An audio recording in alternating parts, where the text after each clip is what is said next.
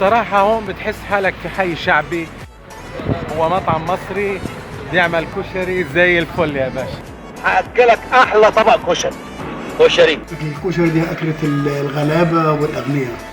من أول بق حسيت حالي زي اللي سافرت لمصر رحت للقاهرة. الطعمية بنتخانق معاكم على الفلافل وبتتخانقوا معانا على الطعمية ونفس الكشري. الصحن مسح عن بكرة أبيه.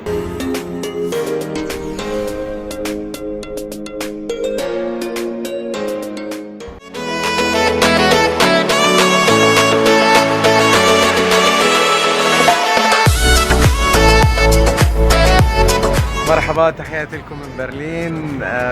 اليوم أنا في منطقة اسمها هيرمان بلاتس، طبعا يجوها على أوبان 7 أو 8 في برلين، اللي هو المترو زي ما بسموه أوبان في ألمانيا. أنا جعان، انا واقع من جوع ولازم اكل عشان اعرف اشغل الجمجمه. بدور على مكان آكل فيه. طبعا حابب آكل عربي، هالمرة حابب أكل مصري، الكشري.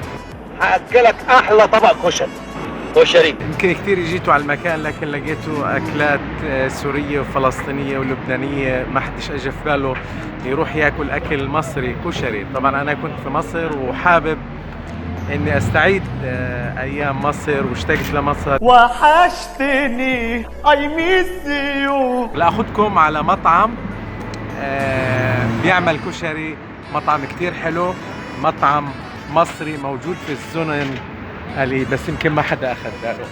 يلا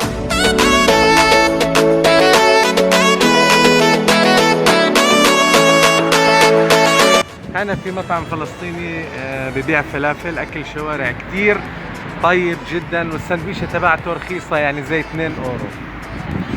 وهنا في هذا الشارع او في هذا المكان بيكون في اسواق شعبية زي ما انتم شايفين في منطقة نويكل. طبعا الأسعار بتكون في متناول الجميع ورخيصة.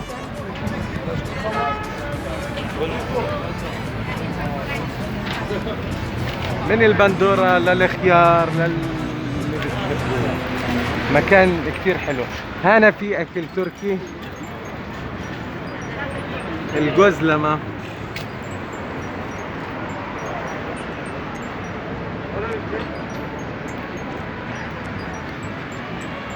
يعني الصراحة هون بتحس حالك في حي شعبي، زي كأنك في سوق العتبة في القاهرة، ولا أي سوق شعبي موجود في بلادنا العربية.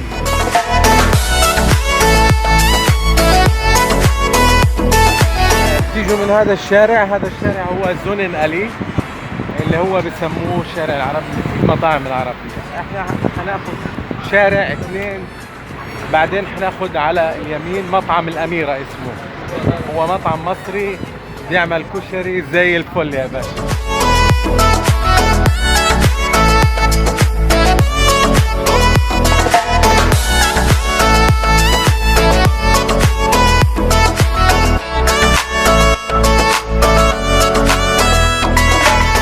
أنت شرفتنا ونورتنا، أهلا وسهلا بك في مطعم أميرة. اهلا اهلا اهلا. كنت عايزة بنوتة وعشان كده سميت أميرة، على أمل ربنا يرزقنا ببنت حلوة.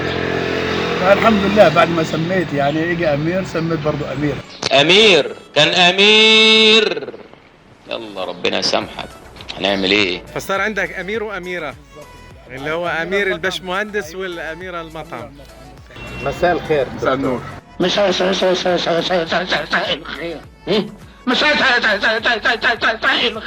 مساء النور. شايفك اليوم هنا، انت مصري وموجود في مطعم مصري في برلين، ما زهقتش الاكل المصري تجرب حاجة تانية ولا ايه؟ لا هو اكيد ما زهقتش الاكل المصري، لانه قليل جدا الاكل المصري في برلين. يعني في برلين هتلاقي الاكتر بره الاكل الالماني او الصيني او الاسيوي على العموم او الايطالي. هتلاقي لو جينا بقى الناحيه العربي التركي اكتر والسوري واللبناني بحكم الاعداد اللي موجوده. لكن المصريين في برلين عامه مش كتير زي مش قوي. بس انت جاي هنا وانت وصحابك يعني اخبارهم ايه مع الاكل؟ انت حبيت تجيبهم لهنا؟ انا حبيت اجيبهم هنا علشان اكيد انا بحب الاكل المصري وبشتاق له جدا، وهنا المطعم هنا بالتحديد يعني تحس انه اكل بيتي اكتر من انه اكل مطعم. يعني زي اكل امي في مصر، بنفس الطريقه، بنفس الطعم، نفس التوابل اللي احنا بنستعملها في مصر. بتحس بالغربه في المانيا؟ لا. هنا انا هنا بحس ان انا في بلدي الثانيه، ما حسيت، لان انت لما تحدد هدفك عارف انت عايز ايه بترتاح. يعني انا بحس ان انا هنا في المانيا، وانزل مصر بحس ان انا في مصر. يعني الاثنين بلدك، مصر أكيد والمانيا؟ اكيد انا عشت هنا اكثر ما عشت في مصر، صار لي 40 سنه هنا في المانيا، انا اعتبر بلدي الثاني. احنا مركزين في الفلوج ده على الكشري. عامل انت والكشري؟ لا اكيد ما فيش مصري ما بيحبش الكشري. يعني هو اكتر اكله كل متفق ان هي مصريه 100%. الطعميه بنتخانق معاكم على الفلافل وبتتخانقوا معانا على الطعميه، وانتوا الاصل واحنا الاصل.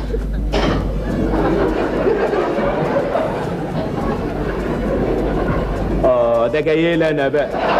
بس الكشري محدش يقدر يتحدانا فيه.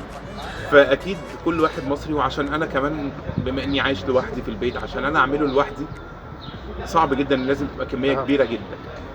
يعني ما ينفعش. والسعر مش كتير يعني 4 أورو؟ لا مش كتير خالص، لا طبعا سعر مناسب جدا جدا. انت طبعا مش هنقارنه بالاسعار في مصر لان العمله مختلفه والدخل مختلف والسلع نفسها والضريبه. الوحده مريح راسي، فاكر انه عامل ناسي، مش عايز حد من امي. Stefan, can you tell me about your experience with kushari, the famous Egyptian food? Yes, I ate it in Egypt, in Cairo, and so I'd like to try it here.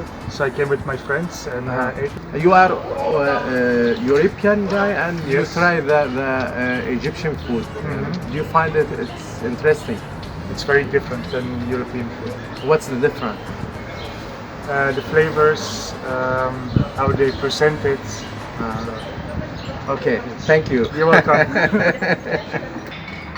والله أنا متعود أكل كشري مع أصحاب المصريين من وقت ما كنت عايش بدبي، وعلى طول بحب إنه أكل كشري. إنه في عنا طبخة قريبة عليه بس طبعا بتختلف، عندنا المجدرة، بس إن الكشري بيزيد عليه المعكرونة والصوص الطماطم والخل والدقة، بقى بتختلف من بلد لبلد.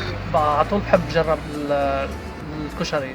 هو ده؟ امال الله، انت بتذاكر من ورانا ولا ايه؟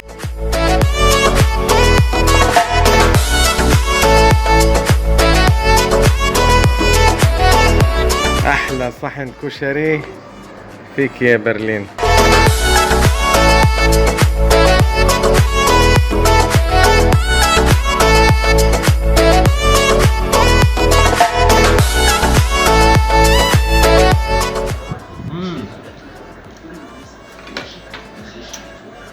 عن جد سحر، اكل ولا اطيب. كشري رائع جدا، مش علشان انا يعني بصور الفلوج، لا، من اول بق على قولة اخواننا المصريين اكلته حسيت حالي زي اللي سافرت لمصر، رحت للقاهره، طعم الاصلي تبع مصر.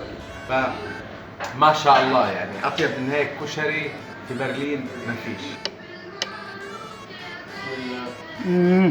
صحن مسح عن بكرة أبيه.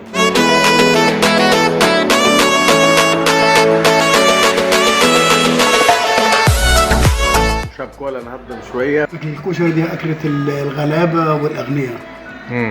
هذه الأكلة موجودة في مصر من قديم الأزل، وطبعا هذا اتطورت مع الوقت، وصار دلوقتي لها يجي 20 نوع من الكشري.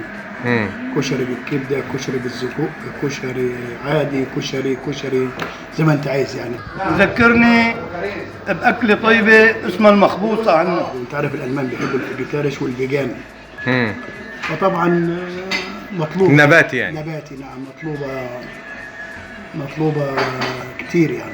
بال 2012 كنت بمصر بشرم الشيخ، مش راح وحبيت تيجي تاكل هون؟ اشتغلت شيف بمنتجع دلتا الشرم. اصلا انا مصري وحبيت يعني اعرف الالمان على الاكل المصري، لان اول ما جينا ما كانش في عرب اساسا، يعني قليل جدا.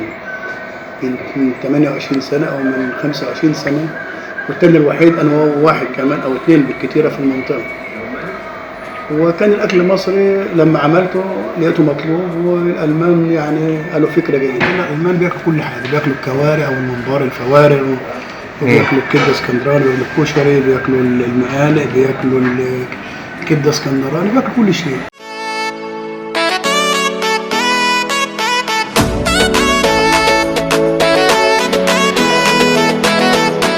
هيك حبايبي بنكون وصلنا لختام هذا الفلوج من المطعم المصري الوحيد الموجود في برلين، وتعرفتوا على أكلة مصرية شهيرة اللي هي الكشري. بتمنى يكون عجبكم هذا الفيديو. متنسوش تعملوا سبسكرايب للقناة وتدعموا الفيديو باللايك والكومنت، تدعموا القناة بشكل عام. وصحة وهنا بالمصري، بالهنا والشفا زي ما بيقولوا. تحياتي لكم من برلين.